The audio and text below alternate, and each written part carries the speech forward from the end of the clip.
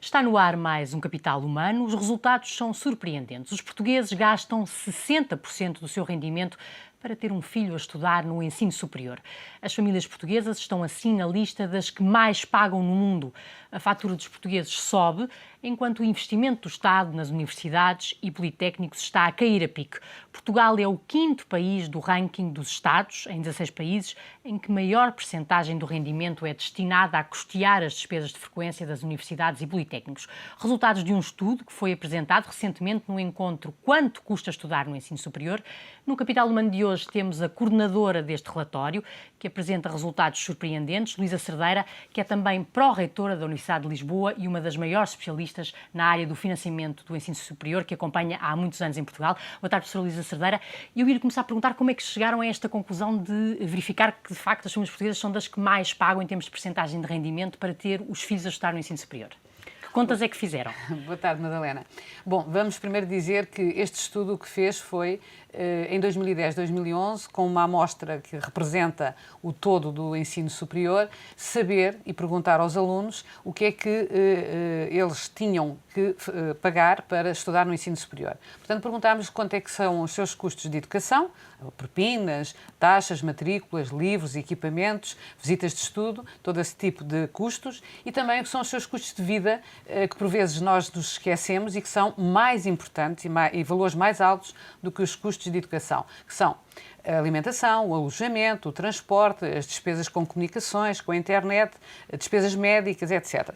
Ora, o primeiro objetivo do estudo foi exatamente saber estes custos. E, obviamente, que estes custos não são iguais para todos os estudantes. É preciso logo dizer-se, é evidente que há um valor médio, não é? Que é cerca de 6.600. Portanto, em média, um estudante, em média, para estar no ensino superior, em 2010, custa 6.600 euros. Exatamente. Tudo, vamos para despesas associadas exatamente. Custos de educação e custos de vida. Para arredondarmos o número.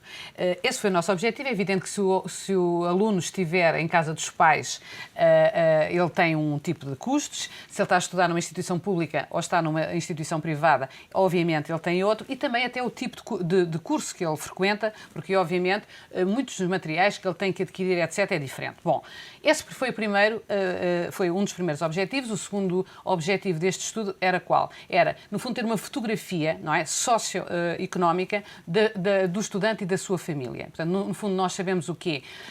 Qual é os pais dos estudantes, que habilitações têm, o rendimento do agregado familiar, para nós percebermos, no fundo, quem estuda em Portugal. De onde é que vem? Mas antes de irmos a essa segunda parte, voltamos então à primeira. Voltando agora para dizer que o meu objetivo não foi, obviamente, perceber, à partida, não é? Se nós, no fundo, do conjunto dos países europeus ou no mundo, tínhamos ou não tínhamos uma situação privilegiada. Portanto, nós primeiro quisemos foi o retrato em Portugal. É evidente que nós, para percebermos quanto estamos bem ou mal, o que nós fizemos foi aproveitar um estudo que um dos maiores especialistas também internacionais nesta matéria já tinha feito em 2005 e voltou a repetir em 2010, que é o Alex Usher.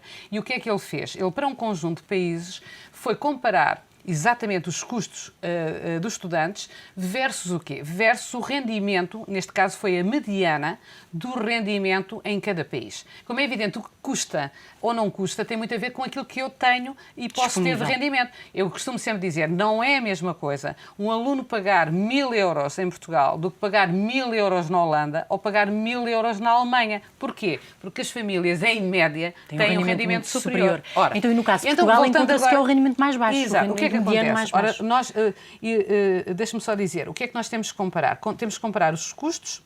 Temos também um outro aspecto muito importante, que é ver em cada país quais são os apoios que os governos dão, que os fundos públicos, através de bolsas, não é só através de bolsas, através da ação social bolsas, mas também, por exemplo, através das deduções fiscais. Que os pais podem fazer no CDRS. Que, por exemplo, em vez de apoiar diretamente através de bolsas, têm um sistema, por exemplo, na Alemanha é muito esse o sistema, tem as deduções fiscais são fortes, vamos dizer assim, porque no fundo pretende-se apoiar as famílias para elas terem condições de ter rendimento disponível, após pagarem os seus impostos, para fazer face às despesas dos seus filhos. Portanto, quando nós, aos custos, retiramos o valor que foi dado para apoio social, retiramos as deduções fiscais. E em muitos países, no nosso caso ainda é muito ainda residual, mas em muitos países em que há programas de empréstimos muito importantes apoiados e vultuosos e apoiados, subsidiados, no fundo para ter taxas de juro mais baixas e até para se substituir aos estudantes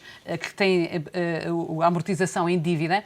Então, quer dizer, quando nós deduzimos esses valores e comparamos então com o valor da mediana do rendimento, aí, digamos, temos o quê? Aquilo que nós dizemos que, no fundo, é a capacidade que as famílias têm de pagar estudos do ensino superior. E aí encontramos que Portugal é exatamente. Portugal situa-se... A fatura é maior, não é? É mais maior, pesada. É mais pesada.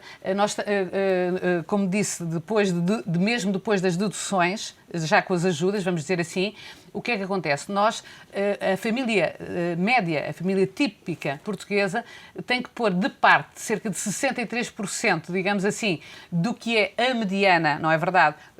Do seu rendimento por ano, para fazer estudar um filho no ensino superior. Penso que é o quinto país, não é? Onde a porcentagem é maior, na lista 16. Exatamente. Portanto, é assim, nós estamos mais próximo de países como, em que é muito, vamos dizer, custoso estudar, como os Estados Unidos, o Japão e obviamente, num caso que é estudado ali, muito mais grave ainda que o nosso, que é, por exemplo, o México, e mostram, no fundo, que é um esforço muito grande das famílias para, efetivamente, fazer face a estes estudos. Para agravar ainda mais a situação, o que tem acontecido nos últimos anos, e comparam com estudos há 5 anos, é que, de facto, a fatura da família está a aumentar e o investimento do Estado está a cair a pique. Eu já tinha feito isso em 2005, e o que é que nós podemos ver? No fundo é assim, se nós formos ver o que é que o Orçamento do Estado em cada ano põe à disposição do ensino superior, incluindo não só a dotação para as universidades e para os politécnicos, mas também para a ação social, e o dividirmos pelo número de alunos que está no ensino público, nós, no fundo, podemos dizer que temos o orçamento por aluno. Ora, o que se passava é que, em 2005, o orçamento por aluno feito e calculado desta maneira era cerca de 4.151 euros. Quando voltámos a fazer em 2011 esse valor, ou seja, o Orçamento de Estado dividido pelo ensino superior, dividido por alunos, o que é que dá? Dá cerca de 3.601 euros por aluno. Uma quebra de 13%. E, portanto, é uma quebra de 13%, não é? Ao mesmo tempo, o que é que aconteceu em relação aos custos das famílias e dos estudantes? Há, em termos nominais, uma subida contida, até porque depois nós, quando vamos inflacionar, se inflacionarmos os valores de 2005 a preços de 2010, verificamos que há mesmo uma manutenção, aliás, até, no fundo, é menos 0,9, mas nominalmente, a preços de mercado, vamos dizer assim, o que é que nós verificamos? Que em 2005 era o custo, em média, do ensino público agora, porque esta comparação é só feita com os alunos do ensino público, era cerca de 5.000, em 2005, 5.310. O valor que as famílias pagam agora no público é 5.841. Portanto, o que é que acontece? Enquanto que nominalmente subiu 10%, diminuiu o Estado 13%. E, portanto, claro que se formos para o privado, a fatura dispara, não é? Exatamente. No caso das famílias que têm filhos digamos, no privado. Esta comparação, nós aqui só o fazemos com os alunos do ensino público, porque, no fundo, eu estou a comparar o quê? Estado, claro. É o orçamento que vem diretamente do Orçamento do Estado para financiar as instituições públicas. E, portanto, nesse sentido, o que é que nós podemos verificar? Que, em 2005, 44% do custo global que um aluno... Porque, assim, muitas vezes a gente esquece. O aluno custa o quê? Custa aquilo que o Orçamento do Estado português tem que pagar para fazer funcionar as instituições públicas, inclusive com os apoios que dá aos alunos do ensino público, mais do que e o das famílias dão. Portanto, quando eu junto isso, o que é que acontecia em 2005? 44% era o Orçamento Geral do Estado que pagava e os outros 56% era do lado das famílias. Agora, o que é que acontece em 2010, 2011? 38% vem do saquinho que vem do Orçamento Geral do Estado e o outro saco que está a crescer, 62% já vem, digamos, das famílias. Portanto, há aqui, digamos, esta coparticipação nos custos está a desequilibrar, a balança está a desequilibrar ainda mais para as famílias. Um fator que ainda vem agravar mais uma questão... Estamos a falar do ensino público, não é? Que vem ainda agravar ainda mais a questão que diz que o ensino superior em Portugal continua a ser um ensino de elites, portanto, que reproduz de alguma forma as desigualdades sociais, e este estudo continua a mostrar isso, ou seja, são os filhos das classes com mais capital económico e cultural e social que conseguem colocar os pais, os seus filhos no ensino superior público, em primeiro lugar, e até nos cursos que têm mais poder simbólico associado, tipo medicina, engenharia, onde depois os alunos vêm a ter os diplomados de maior rendimento. Portanto, o ensino superior continua a reproduzir as igualdades sociais. É assim, eu costumo dizer, é um meio copo cheio, podemos ver o copo meio cheio ou meio vazio.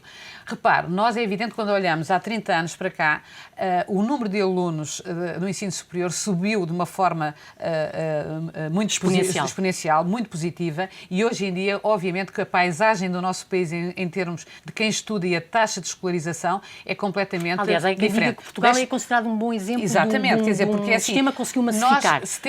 É assim, agora nós falamos muito em déficit, não é? Mas é assim, o principal déficit que Portugal tem, e é preciso que a gente diga, e diga agora especialmente quando o déficit orçamental é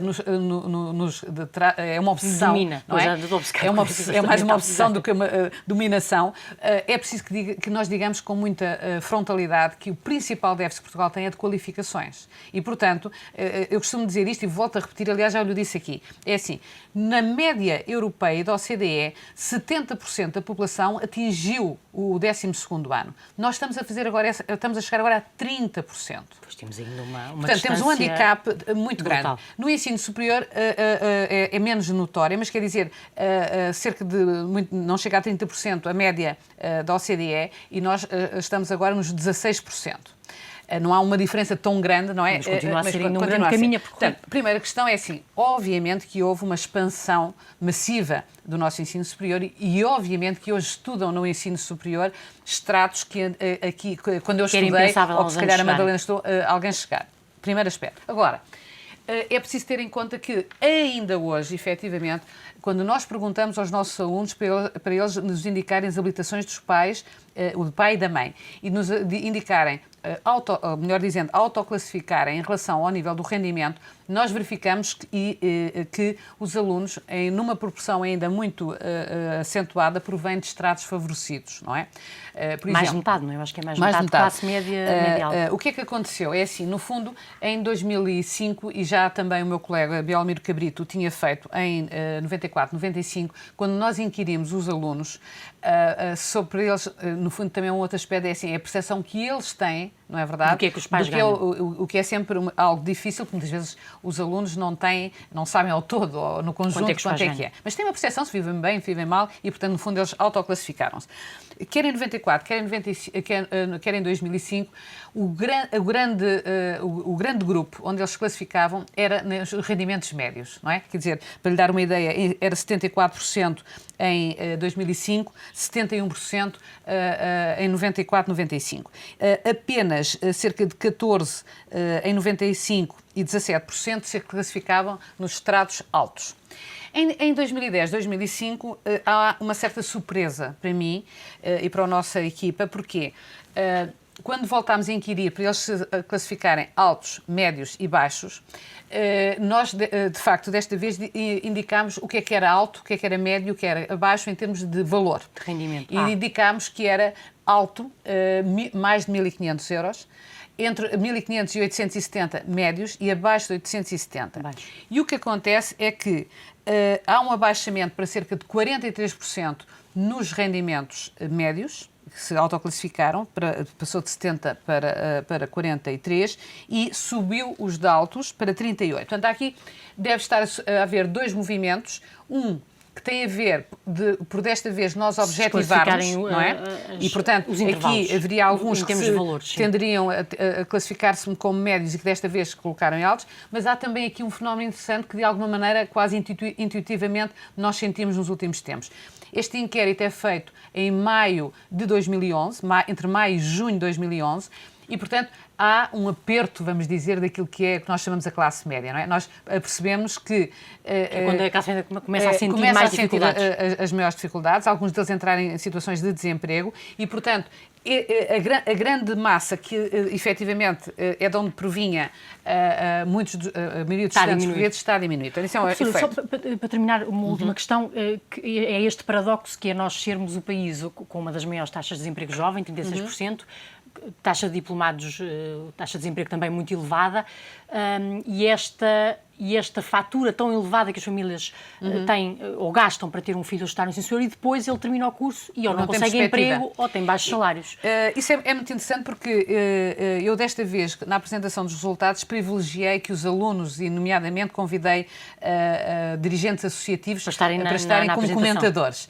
E esteve portanto, o Luís Rebelo da Associação Académica do Porto, esteve o João Marecos da Universidade de Lisboa e o Bruno Ferreira dos Politécnicos. E foi muito interessante porque eles puseram a tónica nisso.